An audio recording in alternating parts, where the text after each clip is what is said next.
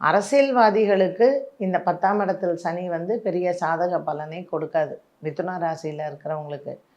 கலையில் இருப்பவங்களுக்கு, இப்போ வந்து ஒரு இயல், இசை, நாடகம், சினிமா துறையில் இருக்காங்க, சின்ன திரையில் இருக்காங்க, இந்த மாதிரி இருக்கிறவங்களுக்கு இந்த சனி பெயர்ச்சி, சனி 10ஆம் இடத்தில், அதுவும் ஒரு ஒரு குறிப்பிட்ட காலம் வந்து ராகுவோடு சேர்ந்து இருக்கும் பொழுது கண்டிப்பாக இவர்களுக்கு நல்ல ஒரு பேரும் புகழையும் கொடுக்கக்கூடிய ஒரு சனி பெயர்ச்சியாகவே அமைகிறது.